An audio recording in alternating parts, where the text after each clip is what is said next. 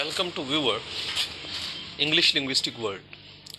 आज हम बात करेंगे इंटर लैंग्वेज पे।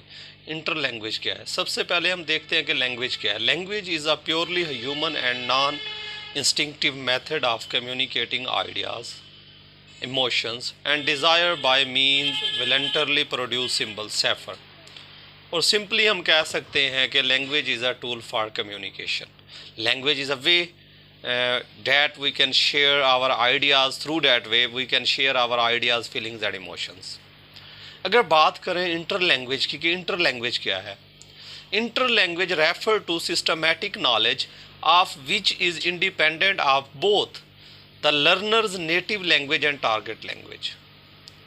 बेसिकली इंटर लैंग्वेज जो है ये आर्टिफिशियल लैंग्वेज की किस्म है।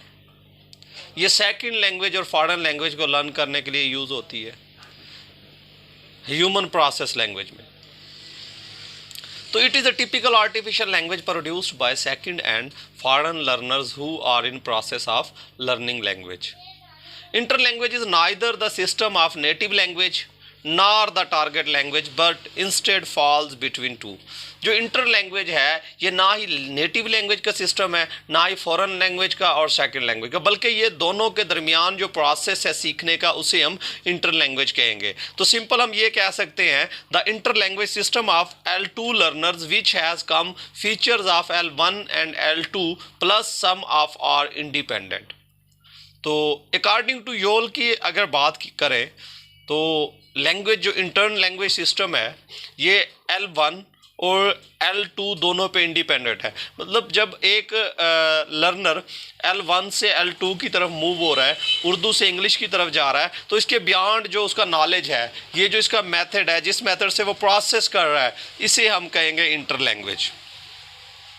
तो चूंकि ये ना ही टारगेट लैंग्वेज है ना ही नेटिव लैंग्वेज, बल्कि इनके दरमियान का जो नॉलेज है, इसके दरमियान जो हम रास्ता इख्तियार कर रहे हैं लैंग्वेज सीखने का, वो इंटर लैंग्वेज है। A learner at a particular point in time is in fact using a language system which is neither of L1 nor of L2। मतलब जब हम लैंग्वेज L2 सीखना चाहते हैं तो जो हम सिस्टम्स को, जिस हम रूल्स को फॉलो करेंगे, ना ही वो L1 के होंगे ना ही वो L2 के होंगे, इसे हम कहेंगे इंटर लैंग्वेज। अगर इंटर लैंग्वेज की बात की जाए, inter language is often credited to Larry Selinker coined the term of interlanguage in 1972। He coined the term interlanguage to refer the systematic knowledge of an L2, which is independent the both learner L1 and the target language। मतलब ये L1 और L2 दोनों के rules को follow नहीं करती inter language के अपने ही रूल्स होते हैं, अपना ही सिस्टम होता है। फॉर एग्जांपल हम एक वर्ड यूज़ करते हैं गो की सेकंड फॉर्म होगी वेंट, जबकि इंटर लैंग्वेज में हम इसे कहेंगे गोड यूज़ कर सकते हैं, क्योंकि ये ना L1 को फॉलो कर रही है ना ही L2 को फॉलो कर रही है, बल्कि इसके दरमियान का जो हम रास्ता इख्तियार कर रहे हैं उसे हम कहते हैं इंटर लैंग्वेज। अगर करेक्टरिस्टिक्स ऑफ इंटर लैंग्वेज की बात की जाए तो इंटर लैंग्वेज की करेक्टरिस्टिक्स 5 हैं। सिस्टमैटिक है, ये डायनमिक है, वेरिएबल है, परमिएबल है, रिड्यूस सिस्टम है। अगर बात करें हम सिस्टमैटिक या particular time in which inter language is governed by rules which is constitute the learner international grammar. चूँकि इंटर लैंग्वेज की अपनी इंटरनेशनल ग्रामर है, तो इसमें हम एग्जांपल देते हैं आई गोड होम। तो basically I went to home आना था, तो अगर हम यहाँ पे कहते हैं आई गोड होम, ये रॉन्ग है।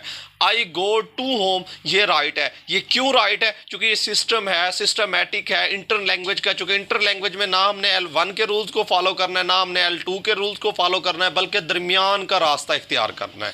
उसके बाद सेकंड है dynamic, the system of rule which learners have in their mind change frequently और is a state of flux resulting in succession of inter in grammar.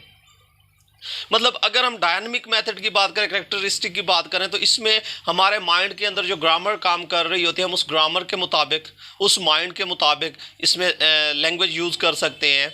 जैसा कि आई गोड होम, तो इसकी जगह पे अब पहले प्रोसेस से हमने आई गो होम, आई गो से हमने आई गोड होम किया, आई गॉड होम से बाद अब हमने कर लिया I went home. I went home तो ओके, ये अब वेरिएबल मेथड है, कोई इसमें मिस्टेक नहीं है। उसके बाद अगर बात करें वेरिएबल की तो all through the inter language is systematic different in context result in different pattern of language use.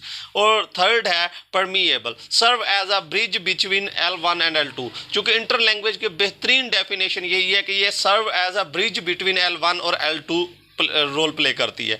और रेड्यूस सिस्टम की अगर बात करें तो reduce some refer to the less complex grammatical structure, the characteristics of reduced function refer to smaller range of communicative needs typically served an L1।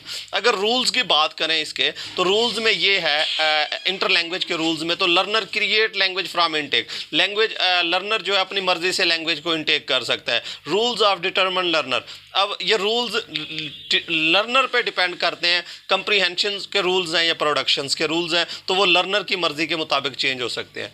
Inter language rules are changeable, मतलब inter language जब हम सीख रहे हैं inter language में है तो इसके रूल्स चेंजेबल है अकॉर्डिंग टू लर्नर। जहाँ पे लर्नर जिस तरीके से लैंग्वेज सीखने में रिलैक्सेशन फील करे, ईजी लगे जो, वो उसके मुताबिक रूल्स को मोल्ड कर सकता है। अच्छा, फिर रूल्स इसके दो तरह के होते हैं जो चेंजेबल होते हैं, आउटसाइड भी होते हैं और इनसाइड भी होते हैं, इनपुट और आउटपुट दोनों।